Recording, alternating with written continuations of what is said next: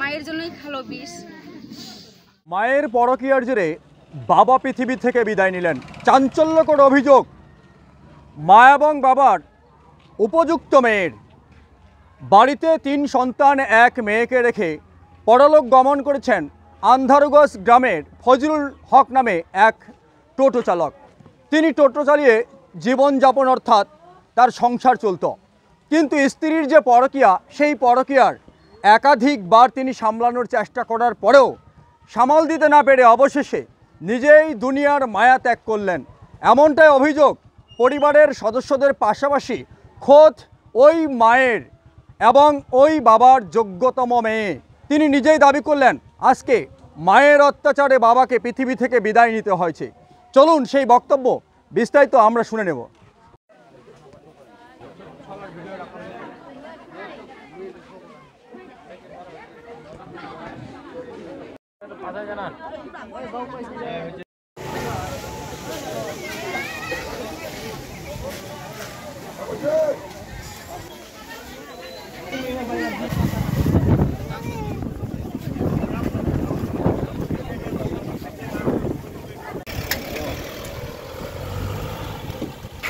আমার রাতিকা ওসে না ঘর ঢুকে ছুরি ले है ने 2টার সময়, রাতে 2টার সময় ওসে না ঘর ঢুকে, ওসে না ওই 2টার সময় ওসে না চুরি করে না লে ফেলাই।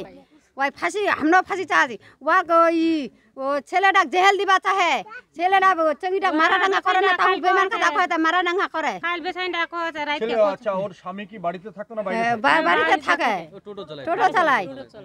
ওর স্বামী বলছে রাইতে ধমকি দিয়েছে জেলের ভাত খাও। ও জেলের ভাত যে ওয়া বিষ কয় দিছে গে। কি হয়েছে? ঝগড়া হয়েছিল কার সঙ্গে? বাবার সাথে। তোর মায়ের? হ্যাঁ, এটা কি মাঝে মধ্যে হতো?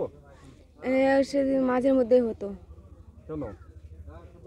এই যে আমার বাবার 2 লক্ষ টাকা হারাইছে, ওলা করে দিয়েছে, যে ইসের লোকে দিয়ে দিছে, বন্ধুকে।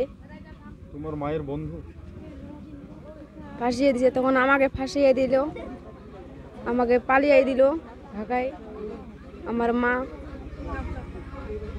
তখন কাল থেকে 3 দিন থেকে কাচাল হচ্ছে, তো আমার মা আমার বাবাকে বলতো না, সারাইতো না, কিছু করতো না, খাইতেও বলে না।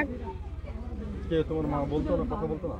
আমার বাবা নিজেই বলে যাতে, তাও আমার মা বলতো না। এখন কালকে আমার বাবা বিষ খেয়ে গেছে, তখন আমার মা হসপিটাল লাগাতে দিবি না। আচ্ছা, তারপরেও দিবি না, ধরে রাখছে, হসপিটাল লাগাতে দিবি না। রাত্রির 2টার দিকে এসেছিল ছেলেগুলো, পেস্ত নিয়ে এসেছিল। আমার বাবা তো ঘুমিয়ে যায়, সারাদিন কাজ করে, রাত্রিবেলা টোটো চালাই,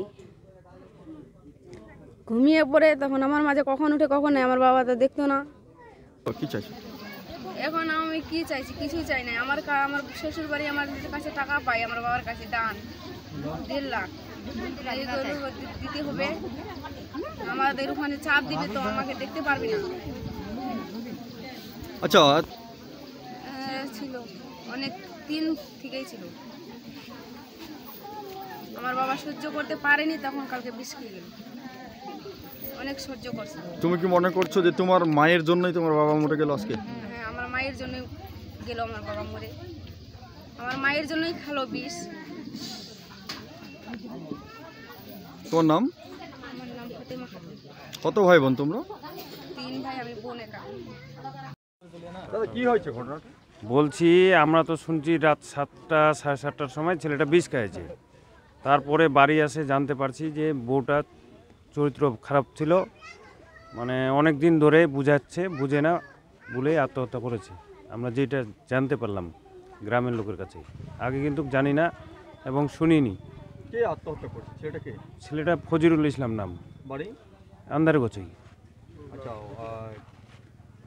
এটা কি আপনারা যেটা জানতে পেরেছেন যে তার বউয়ের পরকীয়ার সঙ্গে জড়িত ছিল এমন? হ্যাঁ, এটা সবাই বলছে, গ্রামের সবাই বলছে কম বেশ। এই কারণেই সে আত্মহত্যা করেছে? হ্যাঁ, 100%। না, তাছাড়া ওই ছেলের কোনো কমপ্লেন নেই। তার ছেলে পেলে কেউ আছে বাড়িতে? হ্যাঁ আছে, ওর ছেলে আছে, 3টা ছেলে, 1টা মেয়ে। ওর শ্বশুর বাড়ি কোথায়? তিলকগঞ্জ। মেয়েটাকে কি পুলিশ নিয়ে গেল? হ্যাঁ, পুলিশের হ্যান্ড ওভার করে দিলাম। আর ছেলেটা যে আত্মহত্যা করছে তার বডি কোথায়? তার বডি এখন মেডিকেলে আছে। 5টা দিক মোটামুটি। আপনার নাম? আমার নাম জব্বার আলী। করছে কছে এত দেশ সামলাতে সামলে না ভাই 20 কিলাই বয়ে দিছে গে। আচ্ছা, এলাকার কোনো ছেলের সঙ্গে এরকম ওই মিস্ত্রিটা নিচা খালি হ্যাঁ লক্ষ্য করছি 2 বছর তো 2 বছর তো এক সামলাছি সামলে না। কাক সামলাতেন মাইরি? হ্যাঁ কি নাম মেয়েটার? কি নাম? সারবান আপনার কি হয়? যা হয় একটাই বাড়ি? হ্যাঁ একটাই বাড়ি তো। ওদের ছেলে মেয়ে কয়টা? 3টা ছেলে একটা মেয়ে। 3টা ছেলে একটা মেয়ে। হ্যাঁ কি চাইছেন এখন আপনারা? আপনার চাচি ওর ফাঁসি হোক। কি বলবেন? বিষয়টা খুব জটিল মনে হয়। বিষয়টা যেটা খুব মর্মান্তিক বিষয়, যেটা ছেলে আজকে মানে পয়জন খেয়ে আত্মহত্যা হয়েছে, এই বিষয়টা আমরা খুবই মর্মাহত। কারণ 3টা গ্রামের মধ্যে এরকম শান্তশিষ্ট ছেলে পাওয়া যায়নি। ইনি একজন টোটো চালক, টোটো চালিয়ে সারাদিন দিন যাপন করে সংসার চালিয়ে যায়। এর মধ্য দিয়ে পরিবার মানে স্বামী স্ত্রীর মধ্যে যে বিবাদ, সেই বিবাদ তো লেগেই থাকে। এখন কি হয়েছে আমরা সেটা ভিতরে ঢুকিও নি, জানিও না। তো যেইটুকু শোনা যাচ্ছে বাইরে থেকে যে এইভাবে যদি আমাদের সমাজে হয়ে থাকে তাহলে আমাদেরকে সচেতন হওয়া উচিত এবং সেটা আইন অনুযায়ী ব্যবস্থা হওয়া উচিত। আগামী দিনে সবাই সচেতন থাকুন যাতে এরকম ঘটনা না ঘটে। যেটা শুনছি আমাদের সমাজে যেভাবে চলছে এইভাবে সমাজ চলতে দেওয়া যাবে না। কারণ এই একটা সাদাসিধা ছেলে এইভাবে আত্মহত্যা করবে, এটা কোনোতেই মেনে নেওয়া যায় না। আমাদের সমাজ, আমাদের আইন কিভাবে মানবে জানি না, এবং সেই ছেলে বা মেয়ের যেভাবে আইন অনুযায়ী ব্যবস্থা সেটা হবে, সেটা আইনের ব্যাপার। আপনারা কি প্রশাসনকে জানাবেন? তাদেরকে আমরা প্রশাসনকে জানিয়েছি, এখন প্রশাসনের কাজ প্রশাসন করবে। আপনার নাম? আমার নাম আরশাদ আনসারি, এই গ্রামের আমি একজন বসবাসকারী বাসিন্দা।